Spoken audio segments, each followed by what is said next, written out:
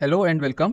आज हम बात करने जा रहे हैं जॉर्ज सैमुअल क्लासन की। मजाक था, दरअसल हम बात करने वाले हैं उनकी लिखी एक बुक की जो कि एक बेस्ट सेलिंग बुक है। आपको बता देता हूँ कि ये एक बहुत फेमस बुक के राइटर हैं, और उससे पहले इनकी बेसिक इन्फो के बारे में बता देता हूँ। इनका जन्म 7 नवंबर 1874 लुजियाना मसूरी में हुआ था। मिसूरी एक स्टेट है यूएसए की। और इनकी डेथ 7 अप्रैल 1957 में 83 की एज में हुई थी। अगर आप समझ गए तो बहुत अच्छा, नहीं तो मैं तो हूँ ही बताने को। बुक का नाम है रिचेस्ट मैन इन बेबीलोन, यानी बेबीलोन का सबसे अमीर आदमी। बेबीलोन एक शहर था जिसके रुइंस आज भी इराक में मौजूद है। बाकी शहर की हिस्ट्री एंड में बताता हूँ। अभी के लिए ये एक वर्ड याद रखो, मेसोपोटामिया, ये इसलिए जिससे आपका इंटरेस्ट बना रहे। एट द एंड मैं और भी इंटरेस्टिंग फैक्ट बताता हूँ। ये बुक हमें बताती है कि कैसे बेबीलोन के लोग अपने पर्स को मोटा रखने के लिए क्या करते थे, पैसों का लेन देन कैसे करते थे, बिजनेस और उनका हिसाब कैसे रखते थे, और मनी रिलेटेड प्रिंसिपल जिनकी वजह से बेबीलोन एक समृद्ध शहर बन सका उस समय में। इस बुक की मेन थीम है पैसे जोड़ना और उस जोड़े हुए पैसों से पैसे बनाना। इस बुक में टोटल 11 चैप्टर्स हैं। हर चैप्टर को स्टोरीज की फॉर्म में समझाया गया है। तो चलिए स्टार्ट करते हैं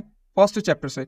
इस चैप्टर में 3 किरदार हैं जिनके नाम बेनजीर, कॉबी, अरकाद हैं, और इस चैप्टर की कहानी इन तीनों के बारे में बताती है। बेनजीर रथ बनाता था, कॉबी एक संगीतकार था जो कि गाने बजाता था, अरकाद जो कि रिचेस्ट मैन इन बेबीलोन था। होता यह है कि बेनजीर अपना रथ का काम अधूरा छोड़कर दीवार पर बैठा था एकदम बेसुध होकर। उसकी बीवी उसे बार बार देखने आती है कि उसने अपना काम खत्म करा या नहीं, क्योंकि उसके घर में कुछ भी खाने को नहीं था। उसे ये रथ पूरा करके बेचना था, तभी वो अपने परिवार के लिए कुछ खाने को खरीद सकता था। उसे तभी एक धुन सुनाई देती है जो कि उसने सुन रखी थी। ये धुन उसके दोस्त को भी बजा रहा था जो कि बेनजीर से 2 सिक्के उधार मांगने आया था, क्योंकि उसे एक दावत में जाना था सामंत के यहाँ। पर बेनजीर के पास कुछ भी नहीं होता। वो कहता है कि अगर उसके पास सिक्के होते तो वो उसे बिल्कुल भी नहीं देता, क्योंकि वो उसकी जिंदगी भर की कमाई होती, फिर चाहे वो उसका दोस्त ही क्यों ना हो। कोई भी व्यक्ति अपनी पूरी दौलत किसी को उधार नहीं देता। को भी ये सुनने के बाद कहता है कि तुम्हारे पास एक भी सिक्के नहीं है और फिर भी तुम दीवार पर बैठे हो। तुम ये रथ पूरा क्यों नहीं करते? तुम तो दिन रात मेहनत करते हो, फिर भी तुम्हारी हालत ऐसी क्यों है? जरूर ये मुसीबत तुम पर देवताओं ने डाली होगी। बेनजीर कहता है कि ये सब एक बुरे सपने से शुरू हुआ, जिसमें मैंने देखा कि मैं बहुत अमीर हूँ और मेरे पर्स में बहुत से सिक्के हैं और मेरा परिवार बहुत खुश है। इस पर कॉबी कहता है कि इसमें दुखी होने की क्या बात है? मैं इसलिए दुखी हूँ क्योंकि जब मेरी आंख खुली तो मेरा पर्स बिल्कुल खाली था। ये दोनों आपस में बात करते हुए कहते हैं कि बचपन से इन्होंने एक ही टीचर से शिक्षा ली, एक साथ सारे काम करे, खूब मेहनत भी करी, पैसे भी कमाए, पूरी कमाई भी खर्च करने के बावजूद कभी खुशी नहीं मिली। हमें खुश रहने के लिए सपनों का सहारा लेना पड़ता है, बावजूद जबकि हम दुनिया के सबसे अमीर शहरों में से एक बेबीलोन में रहते हैं। हमारे चारों तरफ दौलत बिखरी हुई है, परंतु हमारे पास कुछ भी नहीं है। ऐसा क्यों है कि हमारे पास पैसे, प्रॉपर्टी क्यों नहीं है, वो भी कड़ी मेहनत करने के बावजूद? ये दोनों सोच विचार कर रहे थे कि क्या उनके बच्चे भी क्या ऐसे ही गरीब रहेंगे, वो भी इस दुनिया के सबसे अमीर शहर में। आपस में बात करते करते हुए उन्हें एक ख्याल आता है, अमीर लोग ऐसा क्या करते हैं जिससे कि वो अमीर बन गए? ऐसा क्या रहस्य है जो हमें नहीं पता? कोबी जो कि संगीतकार होता है वो कहता है कि आज उसने एक पुराने दोस्त को देखा, अरकाद, जो कि बेबीलोन का सबसे अमीर आदमी है। उसने मुझे देखकर हाथ भी हिलाया, क्यों ना हम उससे मदद लें। वो आमदनी के लिए क्या करता है कि उसका पूरा पर्स भरा रहता है। मैं भी चाहता हूँ कि मेरा भी पर्स भरा रहे, चाहे मैं फिर पूरे दिन दीवार पर ही क्यों ना बैठा रहूं या फिर दूर देश की यात्रा पर चला जाऊं। उन्हें एक उम्मीद की किरण मिल गई होती है और वो दोनों अपने और दोस्तों को लेकर अरकाद के पास जाते हैं। सो ये थी चैप्टर 1 की स्टोरी। ये स्टोरी आगे कंटिन्यू होगी चैप्टर 2 में।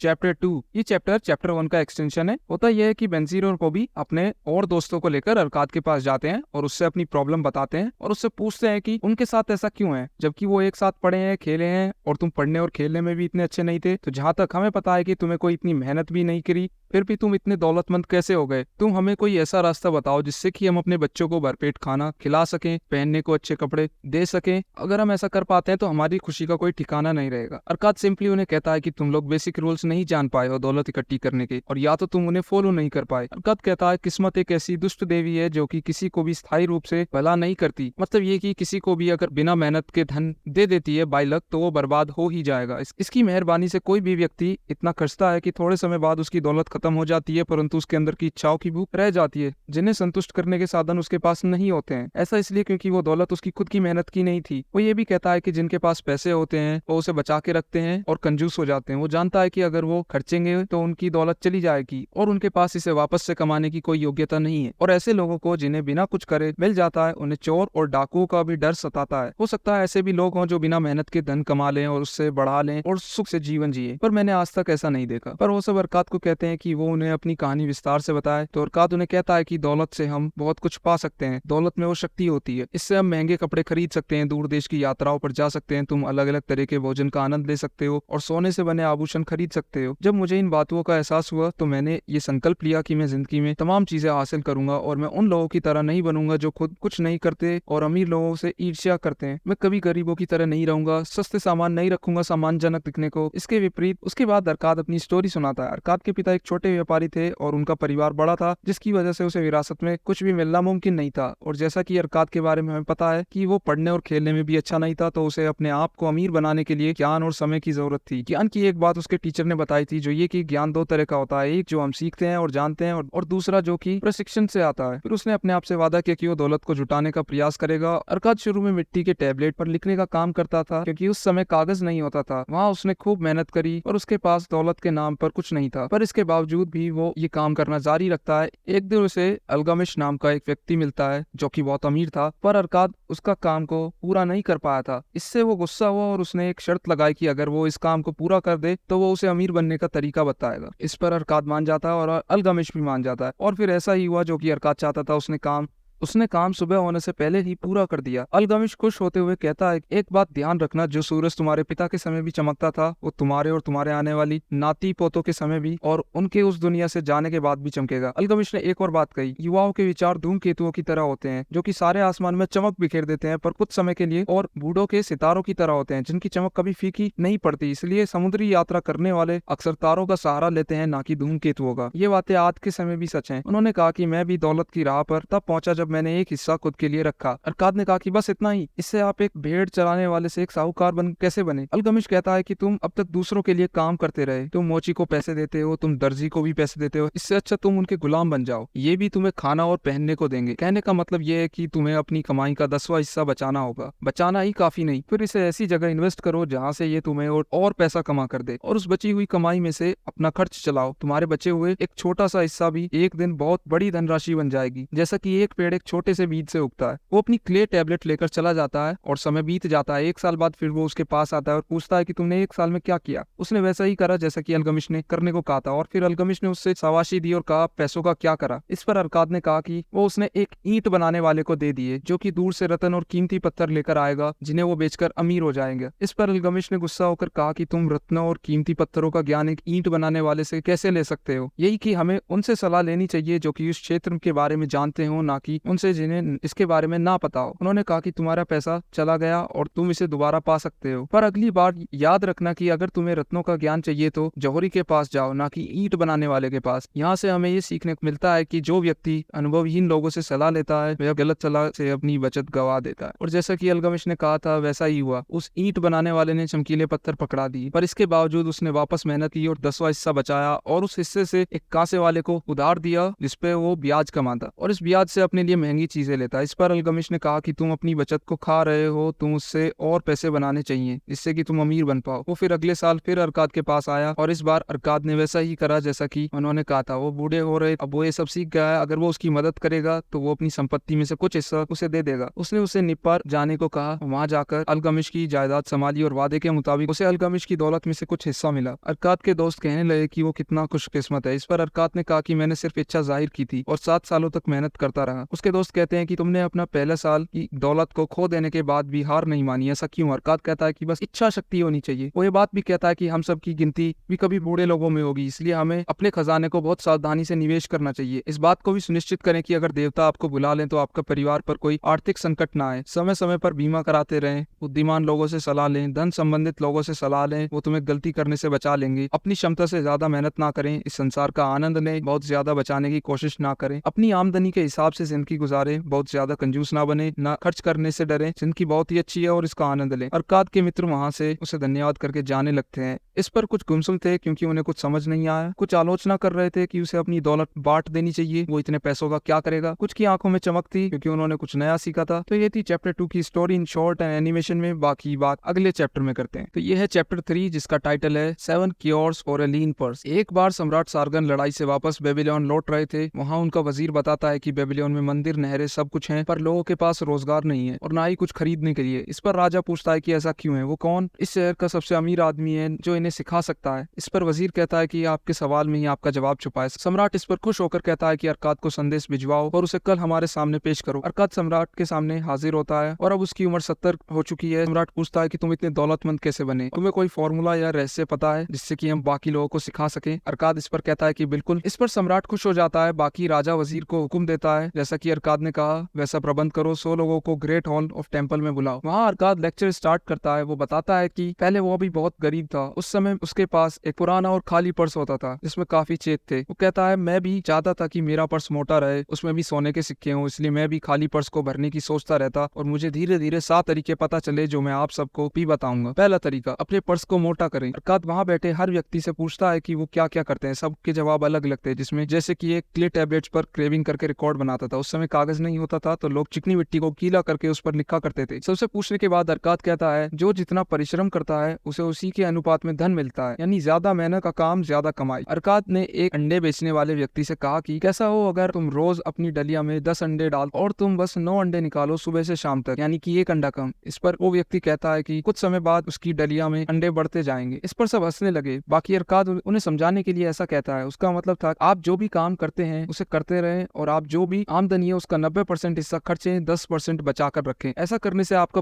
पर्स मोटा होता चला जाएगा। इस बात का मतलब प्रेजेंट टाइम्स में यह है कि आप सिर्फ 90% ही खर्चें अपनी आमदनी का। 1 महीने में जो भी कमाते हो बाकी सेव करके रखें, चाहे एक नया बैंक अकाउंट में या किसी और तरीके से। बाकी ये जो बात है ये उस समय के लोगों के लिए थी क्योंकि उस टाइम बैंक नहीं हुआ करता था, जैसा आप अपने पैसों को सुरक्षित रख सकें। सो इस पहले तरीके का नाम पर मत जाना, भाव समझना। अगले दिन एक आदमी पूछता है कि जब हमारे खर्चे उन 10 सिक्कों में भी नहीं होते तो हम 9 सिक्कों में कैसे हो सकते हैं। अरकाद इस पर कहता है सबके व्यवसाय अलग हैं, परिवार में सदस्यों की संख्या अलग है, तो इस कारण से सबके पास संपत्ति समान नहीं है। और एक सच ये भी है कि हमारे खर्चे हमारी आमदनी के अनुपात में बढ़ते हैं। इसका मतलब आप सभी समझते ही होंगे। आज हो सकता है आपके पास बाइक हो पर कल आपकी आमदनी बढ़ जाए तो आप चाहेंगे कि कार आ जाए, उसके बाद आप चाहेंगे कि कोई अच्छी लग्जरी गाड़ी आ जाए। हमारी चाह कभी खत्म नहीं होती। आप एक काम कर सकते हैं, अपनी इच्छाओं को और उसमें से अवश्य को चुने और बचे हुए वो चुने जो आप पूरी कर सकते हो 90% आमदनी में। इसके अलावा सब हटा दीजिए और उसका अफसोस मत कीजिए। बाकी आप लोगों को नीड और वांट में अंतर बताता हूँ। बहुत ही बेसिक एग्जांपल से समझेंगे। रोटी खाना हमारी जरूरत है, पर अगर आप स्पेसिफाई कर दें कि मुझे सिर्फ इसी होटल की खानी है तो ये आपकी चाह है। पेट आपका दोनों जगह से बढ़ जाएगा। बाकी एक और एग्जाम्पल लेते हैं। आपको शूज चाहिए क्योंकि आप सुबह रनिंग करना चाहते हो ताकि आप अपना वेट लॉस कर सको। अब आपके पास 2 चॉइसेस हैं। पहली कि आप कोई ठीक से स्पोर्ट शूज खरीदो जिन्हें की आप पहनकर दौड़ सके, और दूसरा यही कि आप ब्रांडेड शूज की चाहिए जो कि प्रोफेशनल एथलीट्स पहनते हैं। इसमें से पहली वाली कंडीशन को नीड कहेंगे यानी जरूरत, और दूसरी को वांट यानी चाह। दूसरी में आप परफेक्शन को सीख कर रहे हो, उसमें प्रॉब्लम कोई भी नहीं है अगर आपकी पॉकेट अलाउ करती है। तीसरे दिन लोगों की क्लास का लेक्चर दे रहा था। आपका पर्स अब धीरे धीरे मोटा होता जा रहा है। वो इसलिए कि अब आपने अपनी आमदनी का 10वां हिस्सा बचाना चालू कर दिया है, क्योंकि आपने अपने खर्च को नियंत्रण में करना सीख लिया है। पर इससे आमदनी नहीं बढ़ती, बस बचत होती है, जिससे हम लंबे समय के बाद जोड़ी हुई धनराशि मिल जाती है। अब तक जो आपने दौलत जोड़ी है, अब उससे दौलतमंद कैसे बने वो सीखते हैं तीसरे तरीके से, जो कि ये कहता है कि अपने पर्स में हर बचे हुए सिक्के से मेहनत करवाते रहें जब तक कि और सिक्के पैदा ना हो। इस तरीके का मतलब है कंपाउंड इंटरेस्ट से। एक एग्जांपल से बताता हूँ। 100 रुपए दिए किसी को at the rate of 10% for 3 year, तो ये कैलकुलेशन करने पर ये आएगा, जो कि देखने में बहुत बड़ा डिफरेंस नहीं लग रहा। पर सोचो अगर ये 100 की जगह 1 लाख होते या फिर 1 करोड़, तो ये वैल्यू कितनी ज्यादा बड़ी होती। बाकी इस पर एक अलग वीडियो चाहिए तो बताना,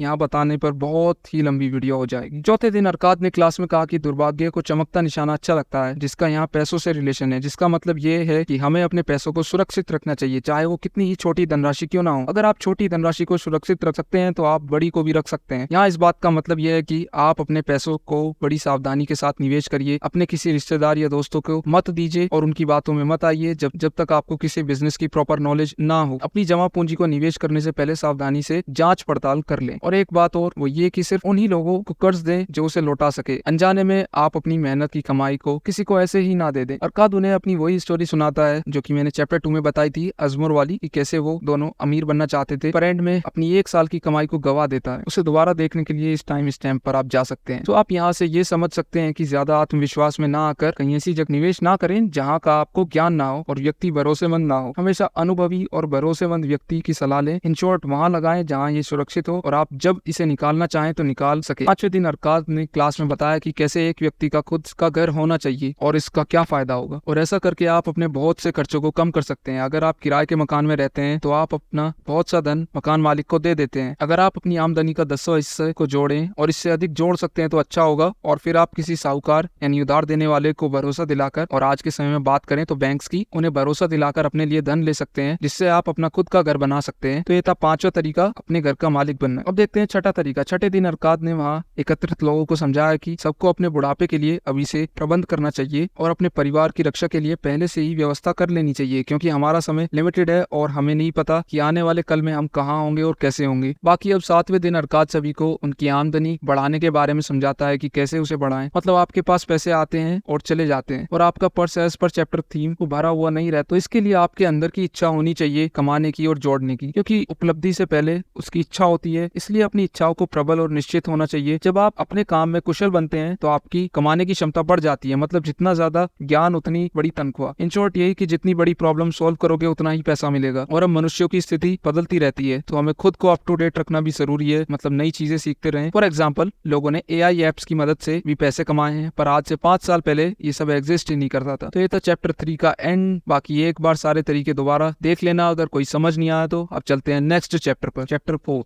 इस चैप्टर का नाम है सौभाग्य की देवी से मिले। हर सिविलाइजेशन में कुछ डेटीज या देवता होते हैं जो कि किसी न किसी शक्ति या प्रॉपर्टी से एसोसिएटेड होते हैं। बेबीलोनियंस के अकॉर्डिंग भी भाग्य यानी किस्मत की एक देवी होती है जिनका नाम इश्तर है। बाकी अरकाद क्लास में सभी को समझाता है कि हर कोई चाहता है कि किस्मत उन पर मेहरबान हो। जैसे कि एक बेबीलोनियन कोर्ट में लिखा है, अगर कोई इंसान भाग्यशाली है तो उसके सौभाग्य की सीमा के बारे में कोई भविष्यवाणी नहीं की जा सकती है। अगर उसे नदी में भी फेंक दिया जाए तो वो न सिर्फ तैरकर बाहर निकलेगा बल्कि उसके हाथ में एक मोती भी होगा। तो क्या कोई ऐसा तरीका है जिससे कि हम किस्मत की देवी हम पर मेहरबान हो या हम उन्हें अपनी तरफ आकर्षित कर सकें और सौभाग्यशाली बन सकें? इस पर चर्चा शुरू हुई और अरकाद ने वहाँ जमा लोगों से पूछना चालू कर दिया कि आपको क्या लगता है कि कहाँ कहाँ पर किस्मत की देवी मेहरबान हो सकती है। कुछ ने कहा जुआ खेलने की जगह पर, कुछ ने कहा घोड़ों की दौड़ में, और ऐसे ही लोग बताते रहे। और आप इन्हें आज के जीवन से भी जोड़ सकते हैं, जैसे कि गैम्बलिंग ऐप, ट्रेडिंग और क्रिप्टो करेंसी। अरकाद ने मुस्कुराते हुए कहा कि मैं इन पर नहीं मानता। मैं जुआगर और घोड़ों की दौड़ में उनकी तलाश नहीं करता जहाँ ज्यादातर लोग अपना धन गवाते ही हैं, के बजाय मैं उन्हें दूसरी जगह तलाश करूंगा जहाँ इंसानों के काम ज्यादा महत्वपूर्ण और पुरस्कार के योग्य हों, फिर चाहे वो कोई भी काम क्यों ना हो। शायद हमेशा लाभ नहीं मिलेगा क्योंकि कई बार इन्हें गलत भी हो सकता है, पर अगर किसी में लगन होगी तो आमतौर पर उसे हमेशा लाभ होगा, क्योंकि लाभ का अवसर हमेशा आपके पक्ष में होगा। कहने का मतलब आसान है, अगर आप मेहनत करेंगे तो आपको फल मिलने के चांसेस हैं। चांसेस इसलिए कि कभी कभी हम गलत डिसीजन भी ले लेते हैं। फॉर एग्जाम्पल, कोई बहुत अच्छा गाना गाता हो और उसे स्पोर्ट्स में अच्छा करने को कहें तो वो नहीं कर पाएगा अगर उससे इंटरेस्ट नहीं है। तो सिमिलरली हमें वो करना चाहिए जिसमें हम अच्छा और हमारे सफल होने के चांसेस अधिक हों। बाकी ये एक अलग टॉपिक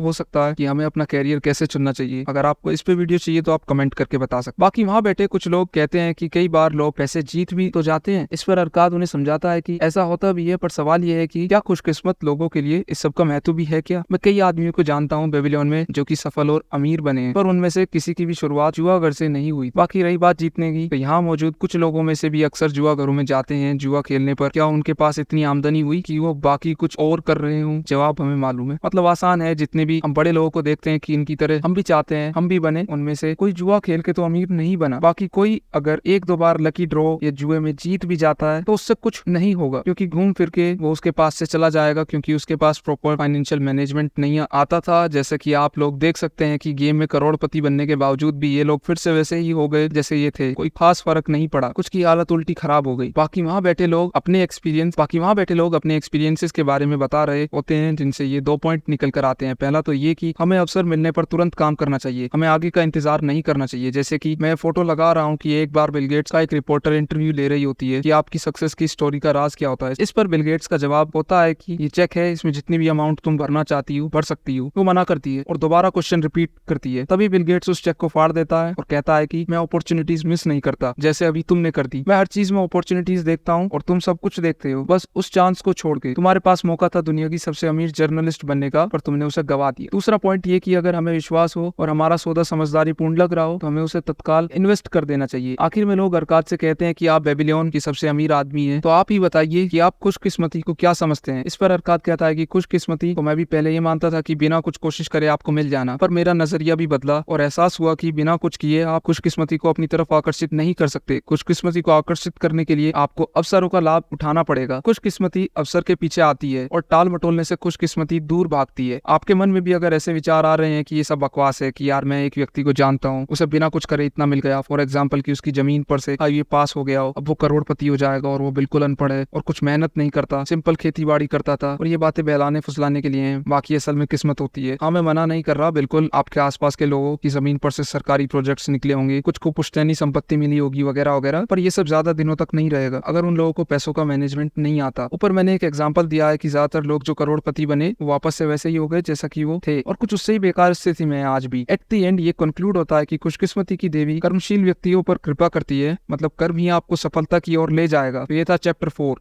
चैप्टर 5, इसका टाइटल है 5 लॉज ऑफ गोल्ड, यानी कि धन के 5 नियम। धन इसलिए क्योंकि उस टाइम प्रिंटेड करेंसी नहीं होती थी, पर नियम वही है और वो आज भी कारगर है। इस चैप्टर में कुछ नए कैरेक्टर्स की मदद से ऑथर ने हमें समझाया है। ये टाइम अरकाद के समय से आगे का समय था। इसमें एक बूढ़ा कैरेक्टर होता है कालाबाब नाम का, जो कि कुछ लोगों की मदद से अपने ऊंटों के साथ रेगिस्तान पार कर रहा होता है। दूसरा मेन कैरेक्टर होता है नौमजीर, जो कि अरकाद का बेटा होता है। कालाबाब लोगों से सवाल करता है कि अगर उन्हें एक सोने के सिक्कों का थैला और एक ज्ञान की बातों वाली क्ले टैबलेट चुनने को दी जाए तो वो क्या चुनेंगे। उन लोगों ने तुरंत कहा कि वो सोने का थैला चुनेंगे। कालाबाब हंसता है और उन लोगों को समझाता है कि रात को अक्सर हम कुत्तों को भौंकते हुए सुनते होंगे, वो इसलिए क्योंकि वो भूखे हैं, पर एक बार के लिए मानो कि उनका पेट भरा हुआ है तो वो क्या करेंगे, वे आपस से लड़ेंगे और घमंड में इतराते हुए चलेंगे। वे आने वाले कल की तरफ ध्यान नहीं देंगे। हम इंसान भी उनसे अलग नहीं है, हम भी यही करते हैं। हम लोग भी बुद्धिमानी को नजरअंदाज कर देते हैं। सोना या धन सिर्फ उन लोगों को मिलता है जो इसके नियम जानते हैं। वो लोग रात में रुकते हैं और कालाबाब उन्हें एक अपना किस्सा सुनाना शुरू करता है, जो कि उसके बचपन का होता है, जहाँ वो अपने मालिक के साथ नौमजीर से पहली बार मिला था, निनेवे नाम के एक शहर में, जो कि आज इराक में ही है, क्योंकि बेबीलोन भी इराक में ही था। वो कहानी दरअसल में नौमजीर की थी। अरकाद चाहता था कि उसके बेटे को विरासत बिना कुछ मेहनत करे ना मिले। ऐसा करने से वो सारी दौलत को गवा देगा, क्योंकि वो उसकी मेहनत की नहीं थी। एक बहुत ही फेमस कोट आप सबने सुना ही होगा, हार्ड टाइम्स क्रिएट स्ट्रॉन्ग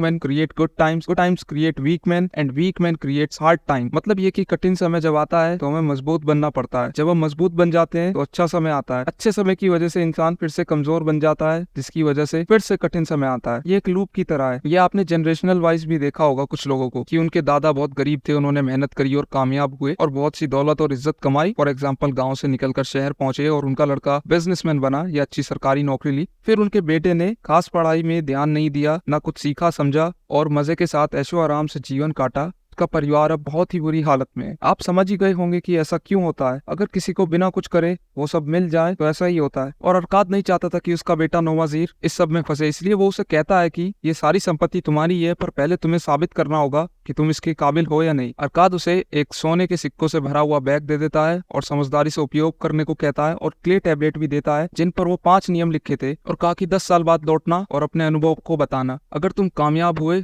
तो मैं अपनी जायदाद तुम्हारे नाम कर दूंगा, नहीं तो मैं उसे दान कर दूंगा। और वैसा ही हुआ जैसे कि हम मूवीज की हैप्पी एंडिंग चाहते हैं। वो कामयाब हुआ और 10 साल बाद लौटा। अरकाद ने दावत रखी जिसमें अरकाद ने कहा कि अपने अनुभव को हम सब के साथ साझा करो। इस पर नौमजीर अपना अनुभव बताता है और उन क्ले टैबलेट्स में क्या लिखा था वो शुरू करता है कि कैसे वो घर से निकल गया और निनेवे गया, क्योंकि उसे वहां ज्यादा तरक्की के चांस लग रहे थे। वो लोगों को कारवां में शामिल हो गया। दरअसल पहले बसेस या वाहन नहीं चलते थे, लोग झुंड में सफर करते थे ताकि वो डाकुओं से बच सके। उसकी दोस्ती वहाँ 2 लोगों से हो जाती है, जो कि उसे बताते हैं कि निनेवे में एक आदमी के पास एक ऐसा घोड़ा है जो कि बहुत तेज दौड़ता है, कोई घोड़ा उसके सामने टिक नहीं सकता। वो लोग अपना पैसा उस घोड़े पर लगाते हैं और उससे भी विश्वास में ले लेते हैं कि तुम भी लगाओ ताकि तुम भी पैसे जीत सको। और होता यह है कि वो लोग हार जाते हैं, जिससे उनका पैसा डूब जाता है। बदले में वो लोग अपना हिस्सा ले लेते हैं, क्योंकि उनकी उस आदमी से जान पहचान थी और वो ऐसा करके अपना काम चलाते थे। वो कारवां में नए नए लोगों को विश्वास में लेकर उनके साथ धोखेबाजी करते थे। ऐसा आपने भी देखा होगा। अपने आसपास दोस्त भी कहते हैं कि यार अपना आधार कार्ड हमारे साथ जोड़ लो, पैसे ही पैसे होंगे, चाहे MLM कंपनी हो या बैटिंग एप्स हो। पर अंत में कुछ नहीं मिलना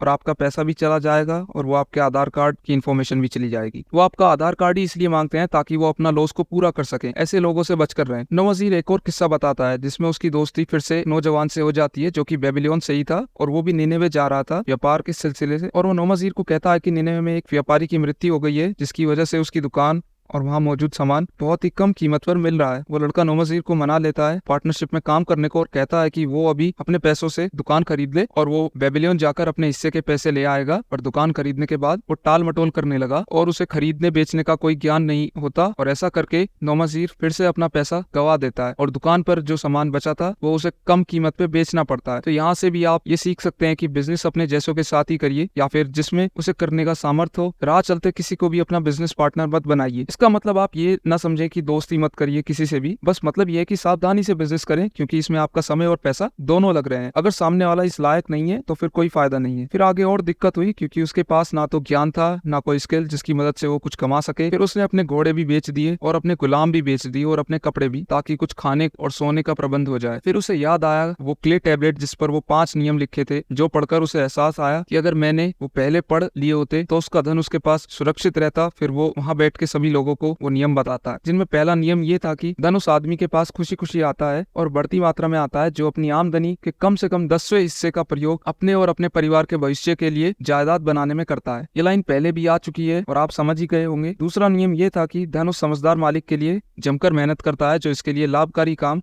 खोजता है। मीन्स कहीं ऐसी जगह इन्वेस्ट करना जहां से ज्यादा रिटर्न मिलने के चांसेस हों। तीसरा ये कि धन उस सावधान मालिक के संरक्षण में रहता है जो इसके निवेश सिर्फ समझदार लोगों की सलाह से करता है, जैसे कि नौमजीर के साथ हुआ जिसमें वो एक गलत व्यक्ति के साथ पार्टनरशिप कर लेता है और अपना पैसा डुबा बैठता है। चौथा ये कि धन उस आदमी से दूर चला जाता है जो इसका निवेश उन व्यवसायों या उद्देश्यों के लिए करता है जिनसे वो परिचित नहीं है या जिनकी अनुशंसा समझदार लोग नहीं करते, जैसे कि बिना ज्ञान के शेयर मार्केट में ट्रेडिंग करना। पांचवा और आखिरी ये कि धन उस आदमी से दूर चला जाता है जो इसके माध्यम से असंभव आमदनी हासिल करना चाहता है या जो चालबाज लोगों की लुभावनी सलाह मानता है। प्रॉपर्टी डीलर के बहकावे में आकर जमीन या घर खरीदना, इसके रेट बढ़ेंगे पर वो नहीं बढ़ते। तो ये थे वो 5 नियम जिनका यूज करके नौमजीर ने दौलत बनाई और 10 साल बाद बेबीलोन वापस आकर अरकाद को 3 सोने के सिक्कों के भरे बैग देता है, जिस पर अरकाद को भी उस पर भरोसा हो जाता है और वो अपनी सारी संपत्ति उसके नाम कर देता है। तो ये कहानी दरअसल में कालाबाब सुना रहा होता है, वो उन सबको ये समझा रहा होता है कि धन के साथ क्या करना चाहिए और क्या नहीं। तो यही होता है चैप्टर 5 का एंड। अब देखते हैं चैप्टर 6 चैप्टर का नाम है बेबीलोन का साहूकार। साहूकार वो होते हैं जिनके पास आप अपनी कीमती चीजें गिरवी रखते हो और इन रिटर्न वो आपको बदले में पैसे देते हैं और जिन्हें आपको टाइमली वापस करना होता है ब्याज सहित अगर आपको अपनी दौलत वापस चाहिए तो। इन शॉर्ट वो प्रेजेंट टाइम के बैंक्स की तरह हैं। इस चैप्टर में कुछ और कैरेक्टर्स हैं जैसे कि रोडान जो कि भाले बनाता था, मैथोन जो कि साहूकार था। चैप्टर में ऐसा होता है कि रोडान बड़ा खुश होता है क्योंकि उसके पास सोने के 50 सिक्के होते हैं जो कि उसे राजा से मिले थे क्योंकि उसने सैनिकों के लिए भाले बनाए थे। उसका पर्स भरा हुआ था, वो बड़ा खुश था कि अब वो सब कुछ कर सकता है जो उसने सोचा था। वो एक दिन फिर साहूकार मैथोन के पास सलाह मांगने जाता है जिससे वो अपने पैसों को सही तरह से इस्तेमाल कर सके, क्योंकि साहूकार वो लोग होते हैं जो कि लोगों को ब्याज पर पैसे देते हैं, तो उन्हें अच्छे से मालूम होता है कि अपने पैसे किसे देने हैं और किसे नहीं। इस पर वो साहूकार खुश हो जाता है और उसे अपने साथ भोजन करने को बुलाता है, जिस पर रोडान कहता है कि ये 50 गोल्ड कॉइन्स उसे राजा से मिले थे। अब उसकी परेशानी ये थी कि लोग उससे उसके पैसे चाहते थे अपने शौक पूरे करने के लिए, बेसिकली उधार मांगना चालू कर देते हैं। वो ज्यादातर को मना कर देता है, पर दिक्कत तब हो जाती है जब उससे उसकी बहन वो 50 सिक्के मांगती है ताकि उसका आदमी एक बिजनेसमैन बन जाए और वो बाद में लौटाने का वादा भी करती है। उसे लगता है कि उसे मौके नहीं मिल पाए। वो चाहती थी कि रोडान उसे अपने पैसे उधार दे ताकि उसका हस्बैंड कुछ कर सके और जब वो कुछ बड़ा बन जाएगा तब वो उसके पैसे लौटा देगी। मैथोन उसे सलाह देता है कि ये बहुत ही महत्वपूर्ण विषय है। वो कहता है कि धन अपने साथ जिम्मेदारी लाता है, आपके साथ लोगों की स्थिति भी बदल जाती है। धन के साथ डर भी आता है कि कहीं वो चला ना जाए या कोई चालबाजी ना कर दे। वो उसे एक कहानी सुनाता है जो कि एक खच्चर और एक बैल की होती है। इसमें होता यह है कि एक बैल खच्चर से शिकायत करता होता है कि वो पूरे दिन काम करता है और उससे खेत जुतवाया जाता है जिससे उसकी गर्दन में दर्द होता है। चाहे मैं कितना थका हूं या नहीं, मुझे बस काम ही करना पड़ता है और तुम हमेशा आराम करते रहते हो। तुम्हें रंगीन कंबलों से सजाया जाता है और तुम मालिक जो कि उसकी मन चाहे जगह पर ले जाने के अलावा तुम्हारा कुछ काम नहीं है। खच्चर दयालु था, उसने बैल को सहानुभूति दिखाते हुए बोला कि मैं तुम्हें एक रास्ता बताता हूँ ताकि तुम काम से बच सको। कल सुबह जब मालिक तुम्हें लेने आए तो जमीन पर गिर जाना और दर्द से कराने लगना। बैल ने ऐसा ही करा, पर मालिक को काम तो पूरा करना ही था, तो इसलिए उसने नौकर से कहा कि बैल की जगह खच्चर को बांध दो। ऐसा करके वो खुद फंस गया। बाकी उसकी इच्छा अपने दोस्त की मदद करने की थी, पर जब खच्चर रात में आया तो उसके दिल में कड़वाहट भरी थी क्योंकि पूरे दिन बैल का काम उसने करा। खच्चर ने कहा आज के बाद अपना काम खुद करना, और मालिक कह रहा था कि अगर तुमने ऐसा फिर दोबारा करा तो तुम्हें कसाई के पास भिजवा देगा क्योंकि तुम आलसी हो। मैं तो उसे समझाता है कि अगर तुम अपने मित्र की मदद करना चाहते हो तो इस तरह से करो ताकि वो तुम पर बोझ ना बन जाए। रोडान उससे पूछता है कि क्या उधार लेने वाले लोग उधार चुका दिया करते हैं। मैथोन उसे एक संदूक दिखाता है जिसमें उन लोगों की चीजें थी जिन्होंने कभी ना कभी धन उधार लिया था और लौटा नहीं पाए थे। उसे बताता है कि सबसे समझदार कर्जदार वो होते हैं जिनके पास कर्ज की रकम से ज्यादा संपत्ति हो। कहने का मतलब है कि लोग अपनी कोई वस्तु उसके पास छोड़ जाते हैं, बदले में पैसे ले जाते हैं। सबसे पहले एक ब्रॉन्ज का नेक पीस निकाल कर दिखाता है और कहा कि ये मेरे पास हमेशा रहेगा क्योंकि इसका मालिक अब इस दुनिया से चला गया। वो रोडान को इसके पीछे की कहानी के बारे में बताता है। ये नेक पीस उसके दोस्त का है, वो दोनों साथ में व्यापार करते थे। फिर उसके दोस्त को एक लड़की से प्यार हो जाता है जो कि देखने में बहुत खूबसूरत थी, जिस पर वो अपनी सारी धन संपत्ति लुटा देता है और धन खत्म होने पर वो साहूकार यानी मैथोन के पास जाता है और सलाह मांगता है और वो उसे समझाता है कि सब कुछ शुरू से शुरू करे, पर ऐसा हो नहीं पाया क्योंकि उसकी पत्नी और उसके बीच लड़ाई हो जाती है। वो उसे चाकू मार देती है क्योंकि ऐसा उसके दोस्त ने उसे उकसाया था और वो पछतावे के कारण अंत में अपनी भी जान दे देती है और नदी में कूद जाती है। और यही कारण है कि ये चीजें मेरे पास हमेशा रहेंगी। इस सबसे वो रोडान को ये बताना चाह रहा था कि कुछ जो लोग भावुक होते हैं या भावनाओं पर नियंत्रण नहीं कर पाते वो साहूकार के लिए सुरक्षित नहीं होते। इन शॉर्ट ऐसे लोगों को अपना पैसा नहीं देना चाहिए। आसान शब्दों में कहूँ तो अपने पैसे किसी ऐसे को ना दें जो कि अपनी भावनाओं पर नियंत्रण नहीं कर सकते, नहीं तो आपका पैसे डूबने के चांसेस बढ़ जाएंगे। फिर उसने बैल की एक हड्डी से बनी हुई अंगूठी दिखाई जो कि एक किसान की थी जिसके खेतों को टिड्डियों ने बर्बाद कर दिया था। उसके घर में खाने को कुछ भी नहीं था। ऐसे समय में मैथोन ने उसकी मदद करी और उसने सारा कर्ज टाइम पर चुकाने शुरू कर दिया है। मुझे उसकी ये अंगूठी जल्द ही लौटानी पड़ेगी। तो इससे ये सीखने को मिला कि अगर किसी का उद्देश्य से दिया जाए तो ठीक है, पर उनकी नासमझी के लिए उधार ना दे। फिर एक कंगन दिखाता है जो कि एक बूढ़ी महिला का था। वो अपने बेटे के लिए पैसे लेने आई थी जिससे कि उस शहर से ऊंट लेकर दूसरे में बेच सके। बीच में कारवां के मालिक ने उसे धोखा कर दिया और उसे दूर के शहर में बिना धन और दोस्तों से अलग सोता हुआ छोड़ गए। बाकी शायद थोड़े समय बाद वो पैसे लौटा सके, तब तक मुझे ब्याज मिलने की उम्मीद तो नहीं है। बाकी उस बूढ़ी औरत के कंगन गिरवी रखे थे तो मैं उसे मना नहीं कर सकता था और कंगन की कीमत पैसों से ज्यादा थी। वो किसी की कुछ नहीं सुनती थी। उसने पहले ही मान लिया था कि उसका बेटा बेबीलोन का सबसे अमीर आदमी है, तो उसे समझाने का मतलब है गुस्सा दिलाना। तो यहाँ से ये सीखने को मिलता है कि अगर सामने वाले के पास ज्यादा कीमती सामान है तो आप अपना पैसा उस पर लगा सकते हैं अगर वो आपके पास अपना सामान गिरवी रखकर जाता है। उसने और भी बहुत सी चीजें दिखाई जैसे कि एक रस्सी की गांठ। ये सुनने में कुछ खास नहीं है, पर सर्च करने पर मुझे मिला कि ये काले जादू में यूज होती थी, विचक्राफ्ट। और उसने भी सामान दिखाया था जो कि बड़े व्यापारियों के थे। जब उन्हें पैसों की जरूरत होती है तब वो अपनी खास चीजें गिरवी रख जाते हैं। ऐसा ही चलता रहता है। वो लोग अनुभवी हैं व्यापार में, तो उनके सामान मैथोन के उस बक्से में आता जाता रहता है। बाकी वो एक आखिरी कहानी सुनाता है जो कि एक नौजवान लड़के की है। वो उसे एक इजिप्शियन बीटल जो कि टर्किश यानी फिरोज को एनग्रेव करके बनाया गया था, वो जमीन पर पटक के मारता है। वो एक लड़के का है जिसे कि व्यापारी बनना था। उसके पिता ने मैथोन के पास ये गिरवी रखा था। शुरू में वो व्यापार में अच्छा था, पर उसमें अनुभव की कमी होने के कारण वो जल्द ही सब कुछ गवा बैठता है और वो पैसे लौटाने को भी तैयार नहीं है। पूछने पर कहता है कि आपके पास कोई कमी थोड़ी है। तो यहाँ से ये सीखने को मिलता है कि युवक हमेशा महत्वाकांक्षी होते हैं। वे दौलत पाने के लिए शॉर्टकट अपनाते हैं और फटाफट दौलत कमाने के लिए वो अक्सर ना समझी कर बैठते हैं। पर इसका मतलब ये नहीं कि कर्ज नहीं लेना चाहिए। ये बस एक जनरल बात है यंगस्टर्स के लिए कि अनुभव ना होने के कारण वो गलतियां कर सकते हैं। अगर कर्ज समझदारी उद्देश्य से लिया जाए तो बिल्कुल लेना चाहिए। बाकी ये थे वो किस्से जिनसे कि मैथोन रोडान को समझाने की कोशिश करता है कि किन लोगों को धन देना चाहिए और किन लोगों को नहीं। पर अब भी रोडान को समझ नहीं आया कि वो क्या करे। क्या उसे अपनी बहन के पति को 50 सोने के सिक्के देने चाहिए या नहीं। इस पर मैथोन कहता है कि अगर वो उसके पास आता तो उससे कुछ बेसिक सवाल करता, जैसे कि वो इन सिक्कों का क्या करेगा। फॉर एग्जाम्पल उसे सजावट के सामान का बिजनेस करना था, तो उससे पूछता कि इस बिजनेस के लिए सबसे सस्ता सामान कहाँ पर मिलता और कहाँ पर इस सामान की ज्यादा कीमत मिलती। उसका प्लान क्या होता, बेसिकली उसका बिजनेस मॉडल क्या था। रोडान कहता है कि वो ये नहीं दे सकता क्योंकि वो इन सब चीजों के बारे में ज्यादा नहीं जानता। बाकी उसने मेरी काफी मदद करी थी एक टाइम पर भाले बनाने में। बाकी उसका उद्देश्य समझदारी पूर्ण नहीं है। व्यापारियों को व्यापार करना आना चाहिए, उसकी महत्वाकांक्षा उचित है पर व्यवहारिक नहीं है, इसलिए मैं उधार नहीं दे सकता। इस पर मैथोन कहता है कि अगर उसे पता हो कि कहाँ से सामान सस्ता मिलता है और कहाँ पर से बेचने में मुनाफा होगा और उसने खुद जाकर कीमत का पता करा हो और अगर वो खरीद के लेकर आ रहा है, बीच में डाकू मिल गए जिसकी वजह से उसका नुकसान हो, तो उस नुकसान की भरपाई कैसे होगी। इतने सब क्वेश्चन करने के बाद अगर वो इनके जवाब पूर्ण देता है तो ठीक होगा। मुश्किल में फंसे लोगों की, दुर्भाग्य का शिकार हुए लोगों की और जो नया व्यवसाय शुरू करना चाहते हैं उन लोगों की मदद करना अच्छी बात है, पर मदद समझदारी पूर्ण तरीके से करनी चाहिए, वरना हम उनका बोझ अपने ऊपर डाल लेंगे। अगर ना समझी से उधार दिया जाए तो पैसों का वापस मिलना मुश्किल है। बाकी एट द एंड वो रोडान को कहता है कि ये तुम्हारी मेहनत का पैसा है, इस पर तब तक कोई हक नहीं जमा सकता जब तक तुम ऐसा ना चाहो। अगर तुम इसे उधार देते हो तो ये तुम्हारे लिए सूद यानी इंटरेस्ट कमा सके, तो इस काम में सतर्क रहना और कई जगह निवेश करना। बाकी तुम हर साल कितनी सोने के मोहरे बचा लेते हो काम करके राजा के उपहार के अलावा। रोडान कहता है कि एक यानी कि तुम अपनी इच्छाओं पर नियंत्रण करके बचा पाए हो। बाकी तुम्हें अगर 50 सोने के सिक्के बचाने हो तो तुम्हें 50 साल काम करना होगा। क्या तुम्हारी बहन अपनी खुद की 50 साल की मेहनत को जोखिम में डालकर अपने पति को व्यापारी बनाने में प्रयोग करती? अगर वो नहीं करती तो उसे जा करके कह दो 3 साल तक तुमने हर दिन सुबह से रात तक मेहनत करके और अपनी इच्छाओं पर काबू रखकर ये जोड़ी है। साल भर की मेहनत के बाद मैं एक सोने के सिक्के को जोड़ पाया हूँ और मैं चाहता हूँ कि तुम्हारा पति भी इसी ऐसे काम में लग जाए जिससे कि वो अमीर बन जाए। अगर वह मेरे सामने ऐसी योजना रखता है जो कि मेरे मित्र मैथोन को समझदारी पूर्ण और संभव लेगी तो मैं उसमें खुशी खुशी अपनी 1 साल की बचत दे दूंगा, ताकि उसे अपने अवसर को साबित करने का मौका मिल जाए। और अगर वो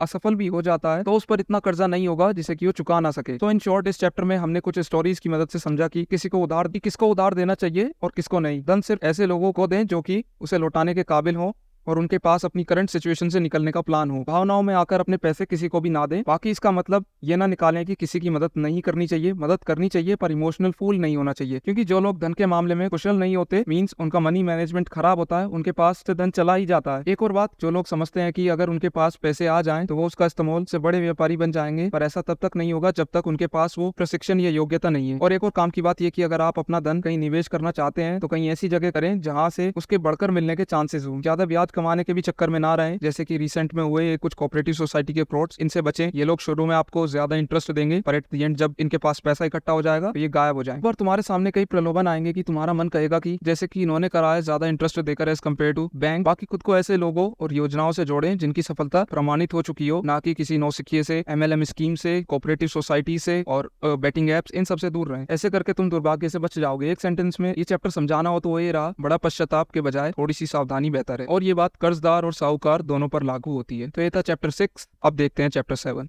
ये 7 चैप्टर है जिसका टाइटल है बेबीलोन की दीवारें। इस चैप्टर में कुछ खास नहीं है ताकि आप कुछ फाइनेंशियली सीख पाएं। इसमें एक लड़ाई के सीन को पोर्ट्रे करा है ऑथर ने, जिसमें बेबीलोनियंस पर असीरियंस ने हमला कर दिया था, जिसमें शहर को चारों तरफ बनी हुई इन दीवारों की इंपॉर्टेंस को बताया गया है। अगर वो ना होती तो पूरा बेबीलोन शहर लुट गया होता और डिस्ट्रॉय हो गया होता, पर ये बच गया इन दीवारों के कारण। इस चैप्टर में बंजार नाम का एक बूढ़ा सैनिक होता है जिसका काम था शहर को बचाना, क्योंकि एज पर स्टोरी राजा सेना के साथ एलामाइट्स नाम के शहर गए थे जो कि आज के मॉडर्न डे ईरान में है। बाकी ये स्टोरी फिक्शियस है, मीन्स ऐसा कुछ नहीं हुआ था, ये ऑथर ने खुद बनाई है ताकि लोगों का मन लगा रहे स्टोरी पढ़ने में। बाकी स्टोरी इसी के अराउंड घूमती है कि कैसे बेबीलोन की दीवारों ने शहर को बचाए रखा, जिसका रियल लाइफ से ये मतलब है कि जब भी मुसीबत आती है तो हमें पहले से तैयारी करनी चाहिए, जैसा कि लाइफ और हेल्थ इंश्योरेंस करवाना, FD में पैसे जोड़ना, कोई प्रॉपर्टी खरीद के रखना या कोई भी इन्वेस्टमेंट जो कि आपको मुसीबत के समय निकाल सके। और एक फैक्ट ये कि मेसोपोटामियन सिविलाइजेशन कोई एक सिविलाइजेशन नहीं है, ये एक क्लस्टर ऑफ सिविलाइजेशन थी। बाकी कॉमनैलिटी के लिए ये सभी यूफ्रेटिस और टिग्रिस नदी के पास बसी थी, इसलिए अगर मेसोपोटामिया को डिस्क्राइब करना हो वन वर्ड में तो इसका मतलब होगा land between Euphrates and tigris reverse. इस सिविलाइजेशन में सुमेरियन, बेबीलोनियंस और असीरियंस और भी कई ग्रुप आते हैं। एक पिक्चर में बताना हो तो ये रही। बाकी ये था चैप्टर, और अगर इस चैप्टर को एक लाइन में समराइज करना हो तो वो ये होगा कि पर्याप्त सुरक्षा के बिना रहना समझदारी नहीं है। यह है चैप्टर 8 जिसका नाम है बेबीलोन के ऊंटों का व्यापारी। ये कहानी एक ऊंटों के व्यापारी की है जिसका नाम दबासीर होता है। इसमें कई और कैरेक्टर भी हैं, बट इनमें से एक और मेन कैरेक्टर का नाम है तरकात, जो कि उसके दोस्त एशियोर का बेटा था, जिससे कि 1 चांदी और 2 तांबे के सिक्के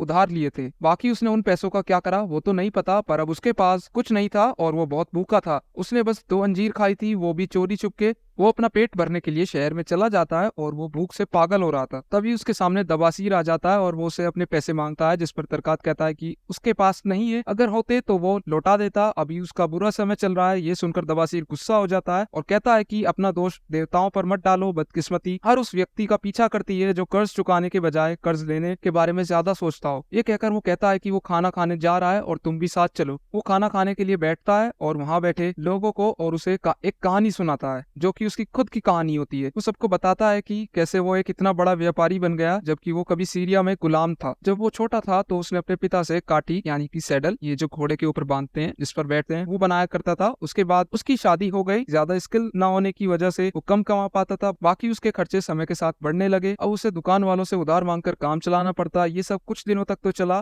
पर वे लोग भी अपना बचा हुआ पैसा मांगने लगे। उसने देखा कि इतनी कम आमदनी में जो उसने फालतू सामान और खर्चे करे थे उनका कोई मतलब नहीं बनता। उसने दोस्तों से भी उधार लिया पर उनका भी नहीं चुका पाया। वो छुपके रहने लगा और लोगों से बचने लगा। बाकी हालात खराब होते चले गए तो उसने अपनी पत्नी को उसके घर भेज दिया और खुद बेबीलोन से दूर जाकर बिजनेस करने की सोची। 2 साल तक उसने कारवां में काम किया और उसके बाद वो डाकुओं के साथ शामिल हो गया, ये जानते हुए भी ये उसके परिवार में बहुत ही निंदनीय काम था। वो अपना पतन होते हुए देख रहा था। उसे पहली बार में सफलता हाथ लगी और दूसरी बार में उसके सरदारों को सैनिक मार गिराते हैं और उन सभी लोगों को दमस्कस, जो कि प्रेजेंट डे सीरिया की राजधानी है, वहाँ गुलाम की तरह बेच दिया जाता है। उसे सीरिया के एक रेगिस्तानी कबीले ने 2 चांदी के सिक्कों में खरीदा। उस सरदार ने उसे अपनी बीवी के सामने पेश किया कि वो उसे अपना हेल्पर या बॉडीगार्ड बना सकती है। हेल्पर का यहाँ मतलब है कि ट्रांस हेल्पर यानी कि किन्नर, जिसके प्राइवेट पार्ट्स को कैस्ट्रेटेड यानी कि हटा दिया गया हो। पहले समय में राजा अपनी रानियों को और उसे सुरक्षित रखने के लिए ऐसा करा करते थे। ये प्रथा भी सबसे पहले मेसोपोटामियंस में सुमेरियंस की देन है, पर उसकी किस्मत अच्छी होती है और वो बच जाता है, क्योंकि कबीले के मुखिया की सबसे बड़ी पत्नी कहती है कि हमारे पास पहले से ही बहुत से लोग हैं, कोई उन्हें ऊंटों की देखभाल करने वाला चाहिए था। और सबसे बड़ी पत्नी को अपनी माँ से भी मिलने जाना था और वो जानता था कि ऊंटों की सवारी कैसे करते हैं, और बस ऐसे ही वो बच जाता है और उसे सबसे बड़ी पत्नी सीरा का नौकर बना दिया जाता है। टाइम बीता है और उन दोनों में एक दिन बातें होती है और वो बताता है कि वो शुरू से गुलाम नहीं था, वो बेबीलोन का है और कैसे कैसे क्या हुआ और कैसे वो आज यहाँ सीरिया में गुलाम है। बाकी इस पर सीरा उसे बहुत सी बातें बताती है अपने बारे में कि वो कौन थी और कैसे उसकी शादी हुई एंड ऑल, और यही कि उसकी स्थिति भी गुलामों जैसी है। बाकी वो उसे समझाती है कि अगर वो बेबीलोन में ही संघर्ष करता और अपनी परेशानियों से बचकर ना भागता तो आज उसकी हालत ये ना होती। उसे ये बात लगती है और फिर एक दिन सीरा को उसकी माँ से मिलने जाना था, क्योंकि वो बहुत बीमार थी और वो बहुत सारा खाना और सामान भी बांधने को कहती है। दरअसल वो भी चाहती थी कि वो अपना कर्ज को चुकाए और इस गुलामों की जिंदगी से खुद को आजाद करे, क्योंकि उसमें वो चाह थी जो कि बाकी गुलामों में नहीं थी। और ऐसा ही होता है, वो उसकी भागने में मदद करती है। बाकी सफर बहुत मुश्किल होता है, वो रास्ते में मरने वाला होता है, पर वो खुद को हौसला देता है और समझाता है कि कर्ज ही उसका सबसे बड़ा दुश्मन है, उसी की वजह से उसे बेबीलोन छोड़ना पड़ा। और खुद से कहता है कि वो रेगिस्तान में एक भगोड़े की तरह नहीं मरना चाहता, वापस पहुंचकर सबका कर्ज चुकाएगा और वो अपना सफर जारी रखता है। और देखते ही देखते वो बेबीलोन पहुंच जाता है और उन लोगों से मिलता है जिनसे उसने उधार लिया था और उनका उधार चुका देता है। धीरे धीरे करके वो कैसे करता है वो अगले चैप्टर में बताया है। वो ये कहानियां इसलिए सुना रहा होता है ताकि तरकात, जो कि उसके दोस्त का बेटा होता है, वो कुछ सीख सके और खुद को और परिस्थितियों को दोष न देकर कुछ करे और जो कि उसका उधार है उसे चुकाए। बाकी इस चैप्टर को एक लाइन में समराइज करना हो तो वो ये होगा कि जहाँ संकल्प होता है वहाँ राह निकल आता। उससे संकल्प करा और वो बेबीलोन पहुंचा और लोगों का उधार भी चुकाया, जिसमें उसकी मदद मैथोन नाम के एक साहूकार ने करी थी। और ये थी बेबीलोन के ऊंटों के व्यापारी दवासीर की कहानी। चैप्टर यही खत्म होता है। अब देखते हैं नेक्स्ट चैप्टर।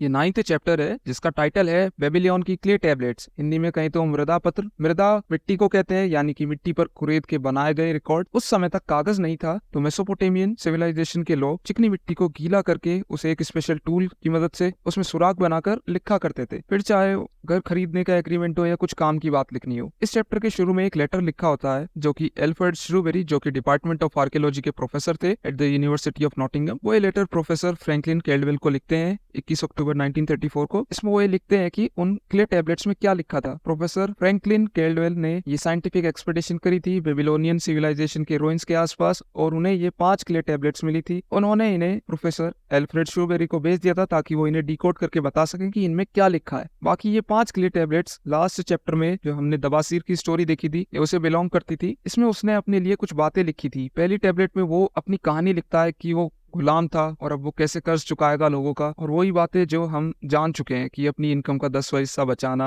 और 20% में अपना कर्ज चुकाना और 70% में अपना खर्चा चलाना। दूसरी के शुरू में यही लिखा है कि कैसे वो पूर्णिमा के दिन अपने महीने भर की कमाई का 20% निकालकर अलग रख देगा जिससे कि वो अपना कर्ज चुका सके। बाकी इसमें कुछ नहीं है, बस हिसाब लिखा है कि किसको कितना देना है जिन लोगों से उसने उधार लिया था। बाकी तीसरे टैबलेट में भी कुछ खास नहीं है, उसने अपना एक्सपीरियंस लिख रखा है कि लोगों का रिएक्शन कैसा था और किन किन लोगों ने अपना धन पहले मांगा था और कौन कौन आसानी से मान गए। फोर्थ में भी बस यही बातें हैं कि कैसे उसने 4 चांदी के सिक्कों का कर्ज उतार दिया और 2 सिक्कों का मालिक बन गया काम करके, और फिर धीरे धीरे उसने कैसे एक ऊंट ले लिया और एक से कई और देखते देखते 21 सिक्कों का मालिक बन गया सिर्फ इस एक तरीके को यूज करने से। लास्ट टैबलेट में वो लिखता है कि कैसे उसने कड़ी मेहनत की, 1 साल के बाद अपना पूरा कर्ज चुका दिया और लोगों का कैसा रिएक्शन था और उसे कैसा महसूस हुआ ऐसा करने के बाद। बाकी बुक में चैप्टर के एंड में एक और लेटर है जो कि फिर से एल्फ्रेड श्रूबेरी प्रोफेसर फ्रैंकलिन को 2 साल बाद लिखते हैं कि कैसे उन्हें इन क्ले टैबलेट्स से बहुत कुछ जानने को मिला जिसकी वजह से वो लोग भी अपना कर्ज चुका पाए। बाकी एक मजे की बात वो ये कि ये लेटर और प्रोफेसर फिक्शियस हैं, बस इंटरेस्ट बनाने के लिए हैं, पर जो प्रिंसिपल हैं वो काम के। तो ये था चैप्टर 9। अब देखते हैं चैप्टर 10। चैप्टर 10 जिसका टाइटल है बेबीलोन का सबसे खुशकिस्मत आदमी। इसमें भी कुछ नए कैरेक्टर्स हैं। चैप्टर की शुरुआत में एक आदमी होता है जिसका नाम शाहरुनादा होता है, जिसे कि लकीएस्ट मैन कहा गया है एज पर चैप्टर। इसका रीजन बाद में पता चलेगा कि ऐसा क्यों है, पर वो भी रेगिस्तान पार कर रहा होता है और वो थोड़ा परेशान होता है क्योंकि उसके साथ एक युवक होता है जिसका नाम हादान गुला होता है, जो कि उसके लेट बिजनेस पार्टनर का पोता होता है, जिसके उस पर बहुत से कर्ज थे जिन्हें वो कभी नहीं उतार सकता, पर वो उसके पोते के लिए कुछ करना चाहता है क्योंकि उनकी स्थिति ठीक नहीं होती, पर वो लड़का खुद कुछ नहीं करना चाहता था। वो लड़का कानों में ज्वेलरी पहनता था जो कि बूढ़े शाहरुनादा को पसंद नहीं था, और वो काम या मेहनत से बचता था। वो ये भी पूछता था कि ये काम करने की क्या जरूरत है और ये रेगिस्तान की लंबी यात्राओं करने से क्या होता है। इस पर शाहरुनादा कहता है कि क्या तुम कभी काम नहीं करते, जिस पर वो कहता है कि काम तो नौकर करते हैं, और अगर मैं आपकी जगह होता तो आराम से जिंदगी का आनंद लेता, महंगे कपड़े पहनता और दुर्लभ रत्नों पहनता और जितना पैसा आता उसे उड़ा देता। बाकी बातों ही बातों में वो लोग बेबीलोन पहुंच जाते हैं, जहाँ वो देखते हैं कि कुछ किसान काम कर रहे थे, जिन्हें देखकर उसे याद आ जाता है कि कैसे वो भी कभी यही काम करता था, पर आज वो एक बड़ा व्यापारी है और वो लोग जो कि उसके साथ काम करते थे वो आज भी वहीं रह गए। बाकी अब वो अपनी स्टोरी बताता है कि कैसे वो उसके दादा का पार्टनर बना, जिससे सुन के हादान गुला चौंक जाता है, क्योंकि वो उसे बताता है कि वो एक गुलाम था और उसे बाकी लोगों के साथ मिलकर खेत जुतवाया जाता था। वो बताना जारी रखता है कि ऐसा क्यों हुआ। उसने कहा कि कोई भी कभी भी गुलाम बन सकता है। वो बताता है कि उसके भाई को जवानी में जुए और दारू की लत लग गई थी। एक दिन झगड़े में उसने अपने एक दोस्त को गलती से चाकू मार दिया और वो मर गया, तो कानूनी कार्रवाई से बचने के लिए मेरे पिता ने मुझे उस विधवा के हवाले कर दिया और मेरे पिता समय पर पैसे नहीं जुटा पाए। इस पर उस विधवा ने मुझे एक गुलामों के व्यापारी को बेच दिया। वहाँ उस ग्रुप में शाहरुनादा के साथ और भी लोग थे, जिनमें की एक समुद्री लुटेरा था जो कि बहुत गुस्सैल था और सैनिकों को मारने की बातें करता था, एक गुलाम किसान जिसका नाम मैगिडो था, और एक जबेडो नाम का व्यक्ति भी था जिसने एक की भेड़ यानी शीप चुराई थी और वो काम बिल्कुल नहीं करना चाहता। वो कहता भी था काम करके कुछ नहीं मिलेगा। वहीं मैगिडो मेहनती आदमी था, वो कहता था कि काम ईमानदारी से करना चाहिए और अगर वो ऐसा करेंगे तो उनका मालिक उन पर दयावान होगा। बाकी वहाँ से उन्हें बेबीलोन ले जाकर बेच दिया जाता है, और अगर उन्हें कोई मालिक नहीं मिलता तो उनसे काम करवाया जाता, जैसे कि ईंटों को ढोने का और जो भी बेबीलोन में मॉन्यूमेंट्स है उन्हें बनाने में उनका यूज होता। बाकी मैगिडो को एक किसान अपने साथ ले जाता है और जबाडो राजा के सैनिकों से ठीक से ना पेश आने पर उसकी कुटाई होती है और उसे पकड़कर ले जाते हैं। बाकी शाम हो रही थी और तभी एक मोटा बेगर जिसका नाम नाना नायक होता है वो आता है और उसे देखकर शाहरुनादा उसे यकीन दिलाता है कि वो उनके लिए धन कमाएगा अगर आप उससे एक मौका दे दे तो। बाकी वो भी उसके जवाबों से संतुष्ट होकर मालिक से सौदेबाजी करके उसे अपने साथ ले जाता है। इस पर शाहरुनादा सोचता है कि वो बेबीलोन का सबसे खुशकिस्मत आदमी है। बाकी वो खुश था क्योंकि उसे ईंट नहीं ढोनी पड़ेंगी, उसे रसोई में काम करने को मिलेगा। बस उसे रसोई में सीखना था कि ओवन कैसे चले, बाकी और जो भी रसोई के काम होते थे। धीरे धीरे वो सारा काम सीख गया और वो आजाद होने के लिए सोचता रहता। वैसे तो काम 2 बजे तक खत्म हो जाता। उसके बाद उसने सोचा कि वो केक्स बनाएगा और बेबीलोन की गलियों में बेचेगा और जो पैसे मिलेंगे उसे आधा आधा बांट लेगा। उसने ये प्लान मालिक नाना नायक को बताया, वो सहमत हो गया, पर जो भी पैसे मिलेंगे उसमें से 50% तो रॉ मटेरियल की कॉस्ट और 50 बचते 50 का आधा मालिक रखेगा और वो 25% वो रखेगा। तो ऐसा करके उसके पास 1/4 का हिस्सा आ जाएगा। उसने सोचा 50 था पर उसे 25% मिल रहे हैं, वो उसमें भी खुश था। और ऐसा ही हुआ, शुरू में ग्राहक नहीं मिले पर धीरे धीरे उसके केक्स बिकने लगे और कुछ रेगुलर कस्टमर्स भी बन गए। अब वो खुश था और वो मैगिडो की बात को याद करता है कि कुछ लोग काम से नफरत करते हैं और इसे अपना दुश्मन बना लेते हैं और बेहतर होगा कि आप इससे दोस्ती कर लें, और अगर काम अच्छी तरह से करा जाए तो काम करने वाले को इससे लाभ भी मिलता है। बाकी ऐसा करते करते उसकी मुलाकात अराद गुला से होती है जो कि हादान गुला के दादा थे। वो कालीन का बिजनेस करते थे। बाकी वो उनसे केक खरीदा करते और धीरे धीरे उनमें बातचीत बढ़ने लगी और वो शाहरुनादा की तारीफ भी करते हैं, जिसे सुनकर वो खुश हो जाता क्योंकि गुलाम की तारीफ कोई नहीं करता था और ये उसके लिए मोटिवेशन की तरह था क्योंकि वो आजाद होना चाहता था। बाकी काफी समय तक ऐसा करने से उसके पास बहुत सिक्के इकट्ठे हो गए, पर वो परेशान होता है क्योंकि उसका मालिक जुआ बहुत खेलता है। फिर उसे एक दिन मैगिडो मिल जाता है जो कि ठीक था, जिसके काम से खुश होकर उसके मालिक ने उसे प्रभारी बना दिया था और वो उसे बताता है कि उसके मालिक ने उसके परिवार को भी बुलावा भेज दिया है और जल्द ही वो आजाद हो जाएगा और वो खेत का मालिक भी बन जाएगा। और एक दिन उसे अराद गुला मिलता है और कहता है कि तुम इतनी मेहनत क्यों करते हो, जिस पर वो कहता है कि ताकि मैं आजाद हो सकूं। फिर अराद गुला पूछता है कि आजाद होकर क्या करोगे? मैं व्यापारी बनूंगा। फिर अराद गुला कहता है कि तुम गुलाम होकर भी पार्टनर बन सकते हो मेरी तरह। ये सुनकर हादान गुला वो लड़का गुस्से से पागल हो जाता है। उसे यकीन नहीं होता कि उसके दादा भी कभी गुलाम थे। वो आग बबूला हो जाता है और कहता है कि वो दमिश्क यानी दमिश्कस के एक बहुत ही महान व्यक्ति थे और जब इजिप्ट में भुखमरी के हालात थे तो उन्होंने पूरे इजिप्ट में लोगों को अनाज बांटा था। शाहरुनादा स्टोरी कंटिन्यू रखता है और वो कहता है कि अगर वो बेबीलोन में गुलाम बने रहते तो अपमानित कहना उचित होता, पर उन्होंने मेहनत करी और अपने प्रयासों से एक महान व्यक्ति बने और देवताओं ने उनके दुर्भाग्य को माफ कर दिया और उनका सम्मान करा। उन्होंने शाहरुनादा से कहा कि मुझे समझ नहीं आ रहा कि मैं क्या करूं, मेरी सेल्स अच्छी हो रही है और अगर मैं अपनी आजादी मांग लेता हूं तो मैं क्या कर पाऊंगा। इस पर वो कहता है कि आजादी ज्यादा जरूरी है, अपने मालिक से बनकर ना रहे। इसे आप आज से भी रिलेट कर सकते हैं, जैसे कि बहुत से लोग करना कुछ और चाहते हैं पर कर कुछ और रहे होते हैं। उनके अंदर ये डर होता है यार अगर जॉब छोड़ दी तो क्या होगा। वापस से स्टोरी पे आते हैं। वो अक्सर शहर के बाहर तक केक बेचने जाया करता जहाँ उसे बहुत भीड़ मिलती। पता करने पर पता चलता है कि एक गुलाम ने एक सिपाही को मार दिया जिस पर उसे मौत की सजा दी गई है। वो ये सब दूर दीवार से देखता है, उसे सिर्फ उस गुलाम की चीखें सुनाई देती है। भीड़ चढ़ते ही उसे पता चलता है कि ये उसका वही साथी था जो कि समुद्री लुटेरा। ऐसा एक बार और होता है, वो बाहर तक आ जाया करता था अपने केक बेचने और इस बार उसे जोबाडो दिखा है जो कि काम ना करने को कहा करता था, पर अब वो ईंट उठाने को मजबूर था। वो उसे अपना एक भी दे देता है क्योंकि वो अब बहुत कमजोर हो चुका था। बाकी इसका रियल लाइफ से ये मतलब निकलता है कि उन दोनों के पास कोई स्किल्स नहीं थी जिसकी वजह से मजबूरन ऐसा काम करना पड़ा जो कि वो नहीं करना चाहते थे। एक की हालत बहुत खराब थी और एक को मृत्यु दंड दे दिया गया। सो इसलिए हमें टाइम रहते नई स्किल्स स्किल्स को इम्प्रूव करना चाहिए और नई नई स्किल सीखते रहना चाहिए। बाकी फिर एक दिन नाना नायक की दूसरी गुलाम जिसका नाम स्वस्ति होता है, जो कि एक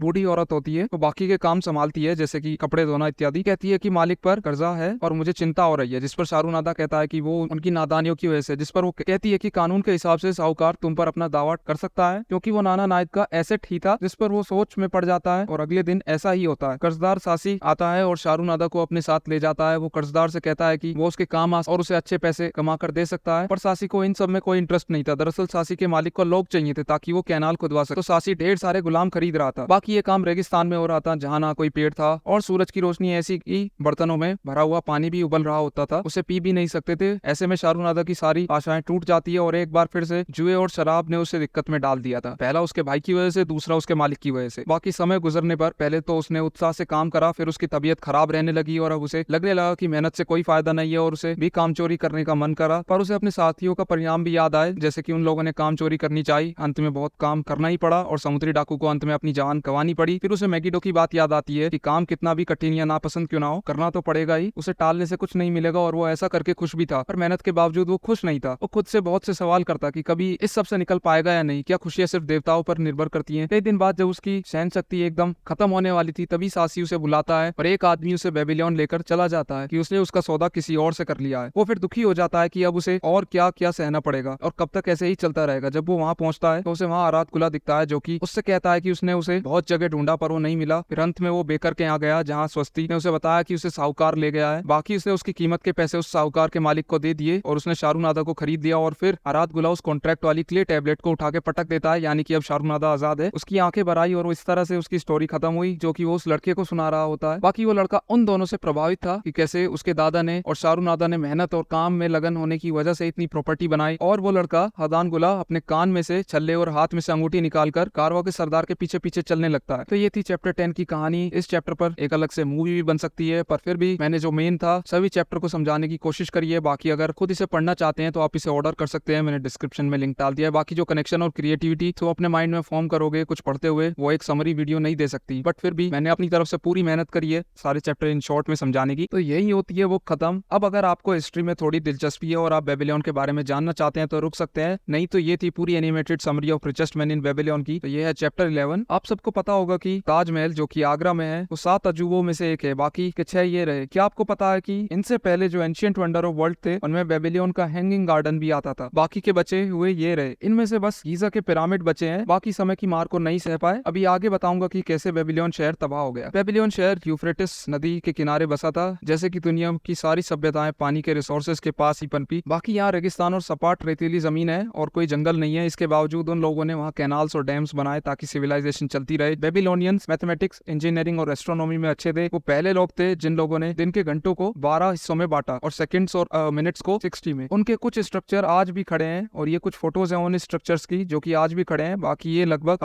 3,500 साल पहले बने थे। इन्हें जिगुराट्स कहते हैं। बेबीलोनियंस, असीरियन, सुमेरियन ये सब ओवर द टाइम रहे और जहाँ जहाँ ये किंगडम्स थे उस पूरे कलेक्टिव रीजन को मेसोपोटामिया कहा जाता था, जो कि आज का मॉडर्न डे इराक है। बाकी सबसे पहले सुमेरियंस आए, फिर बेबीलोनियंस, फिर असीरियंस। बाकी बीच बीच में छोटी छोटी और ट्राइब्स और ग्रुप्स भी आते रहे। उन लोगों ने भी यहाँ राज करा। हिस्टोरिकली बेबीलोन ट्रेड रूट पर नहीं आता था, पर धीरे धीरे इंपोर्टेंट सेंटर बनकर उभरा। और कुछ रिकॉर्ड के अनुसार हेल्स ऑफ ग्रीस ने भी यहाँ विजिट करा और पढ़ने आए। उस समय की लैंग्वेज अकाडियन और सुमेरियन थी। बाकी बेबीलोन के सबसे पहले फेमस राजा का नाम हम्मुरबी, जिसने की कुछ रूल्स बताए थे सोसाइटी को चलाने के, जिसमें की 282 लॉज हैं हर एस्पेक्ट के regarding like health, work, slavery etcetera. इन रूल्स को कोड ऑफ हम्मुरबी कहते हैं। बाकी ये मैं पहले ही बता चुका हूँ कि उस टाइम कागज नहीं होता था, तो वो लोग चिकनी मिट्टी को 6x8 डायमेंशन की प्लेट्स में बनाते, जिन्हें की टेबलेट्स कहते हैं, जिन्हें वो गीला करके उन पर लिखते। बाकी उन्हें आग पर पकाते ताकि वो मजबूत हो जाए। इस पर वो सब कुछ लिखते थे जो कि आज हम नोटबुक्स में लिखते हैं, कॉन्टेक्ट हो, कविता हो, कानून हो, इतिहास हो, वगैरह वगैरह। बाकी बेबीलोन शहर का जिक्र बाइबल में भी आता है। एक स्टोरी की माने तो लोगों ने फैसला करा कि वो एक ऐसा इमारत बनाएंगे जो कि हेवन यानी स्वर्ग तक जाती हो। इसे देखकर ईश्वर ने समझा कि ये लोग स्वर्ग तक ऐसे ही पहुंचना चाहते हैं, मींस उनके स्टेटस के बराबर पहुंचना चाहते हैं। तो वहाँ काम कर रहे लोगों को ऐसा कर दिया कि वो सब लोग अलग अलग भाषाएं बोलने लगे। ऐसा करने से मतभेद चालू हो गए और वो कभी पूरा नहीं बन सका। इसी रीजन को माना जाता है कि हम इंसानों के पास इतनी सारी भाषाएं हैं। बाकी कुछ स्कॉलर्स का मानना है कि टावर ऑफ बेबल की कहानी बस सिंबॉलिक है और ये टावर ऑफ बेबल असल में टेंपल ऑफ जिगुराट इंस्पायर्ड है, जो कि पिरामिड शेप्स के टेंपल होते हैं, जो कि बेबीलोनियंस ने अपने गॉड मार्दुक के सम्मान में बनाए थे। बेबीलोन का वर्णन ग्रीक ट्रेवलर और हिस्टोरियन हेरोडोटस ने भी करा है, जो कि इकलौता वर्णन है जो कि किसी आउटसाइडर ने प्रॉपरली मेंशन करा है। और उस टाइम टाइम बेबीलोन अपने चरम पर था। बेबीलोन चारों तरफ से ऊंची ऊंची दीवारों से घिरा था, जो कि सबसे पहले किंग हम्मुराबी ने बनवाई थी। उसके बाद जब बेबीलोन अपने पीक पर था, तब किंग नेबूकदनेस्सर सेकंड ने बेबीलोन को एक्सपेंड करा और इन लोगों ने सोलोमन टेम्पल को भी डिस्ट्रॉय करा, जो कि ज्यूज की सबसे सेक्रेट प्लेस थी। और जिसे भी थोड़ी समझ होगी वो जानता होगा कि मिडिल ईस्ट में जेरूसलम की कॉन्फ्लिक्ट के रीजन क्या है। ये सोलोमन टेम्पल वही है जिसकी आज बस एक दीवार बची है, जिस पर ज्यूज जाकर अपनी प्रेयर्स करते हैं। ये बहुत विशाल था। बाकी ये दीवारें बहुत ही विशाल थी।